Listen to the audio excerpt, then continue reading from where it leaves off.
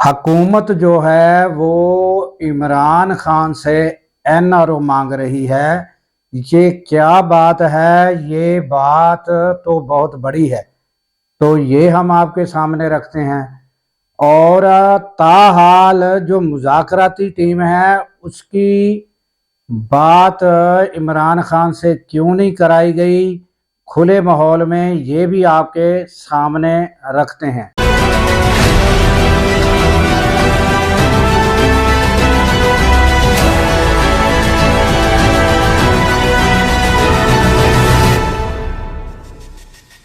السلام علیکم، میں ہوں عبدالغفار۔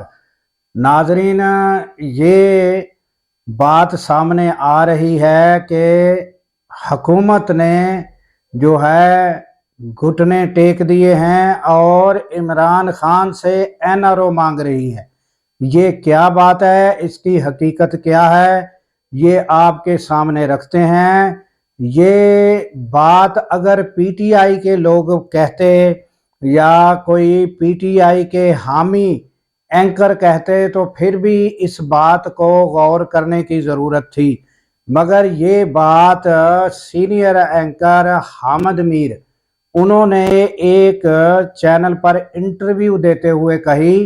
ایک سوال کے جواب میں انہوں نے بتایا کہ میں جو حکومتی لوگ ہیں ان کی جو ہے ان کے منہ سے ان کے الفاظ تو میں نے نہیں سنے، نہ انہوں نے کہیں کوئی بات کی ہے کہ وہ کیا چاہتے ہیں، مگر انہوں نے ایک بڑی اچھی مثال دے کر کہ شاعر جو ہوتے تھے وہ اپنی محبوبہ کو دیکھ کر اس پر ایک غزل لکھ مارتے تھے۔ یہ الفاظ انہوں نے کہا کہ وہ جان جاتے تھے کہ کیا محبوبہ میری چاہتی ہے، تو انہوں نے کہا اس طرح میں بھی ان کے ناز نخرے اور ان کی جو حرکات و سکنات ہیں وہ دیکھ کر ان کی باتیں جو ہے یہ جو کر رہے ہیں اس کا اندازہ لگا کر تو میں یہ بتا سکتا ہوں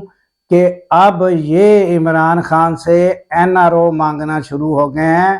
انہوں نے پھر تفصیل بتاتے ہوئے کہا ہے کہ اب یہ عمران خان کی منتیں کر رہے ہیں کہ آپ بنی گالہ شفٹ ہو جائیں، آپ فلاں جگہ شفٹ ہو جائیں، ہم آپ کو اتنا کچھ دے رہے ہیں، آپ بھی کچھ ہمیں دیں، آپ کچھ عرصہ ہی صبر کر کے بیٹھ جائیں وغیرہ وغیرہ۔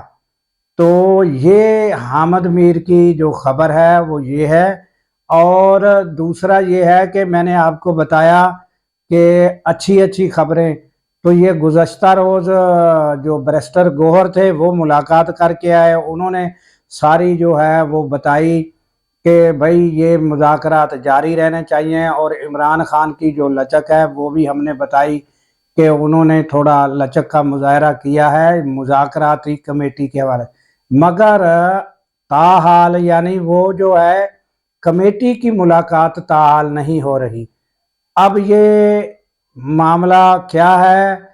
اب اس کی پھر سیریسنیس جو ہے یہ آئندہ 24 گھنٹے میں پتہ چل جائے گا، آج ملاقات ہوتی ہے یا کل۔ تو اگر تو ملاقات ہوئی تو سمجھ لیں کہ یہ جب عمران خان نے لچک کا مظاہرہ کیا ہے تو دوسری جانب سے بھی لچک کا مظاہرہ ہوا ہے، اور پھر یہ بھی دیکھنا ہوگا کہ یہ ملاقات اگر ہوتی ہے تو وہ کون سے ماحول میں ہوتی ہے۔ تو یہ تازہ ترین اپڈیٹ تھی جو آپ کے سامنے رکھنی تھی۔ اس کے ساتھ ہی اس دعا کے ساتھ اجازت دیجیے کہ اللہ تعالیٰ پاکستان کی خیر فرمائے، پاکستان کی سرحدوں کی خیر فرمائے، اور سرحدوں پر مامور ہمارے جوانوں کو اللہ تعالیٰ شاد و آباد رکھے، کیونکہ جب ہم سو رہے ہوتے ہیں وہ ناظرین سرحدوں پر جاگ رہے ہوتے ہیں۔ اللہ حافظ۔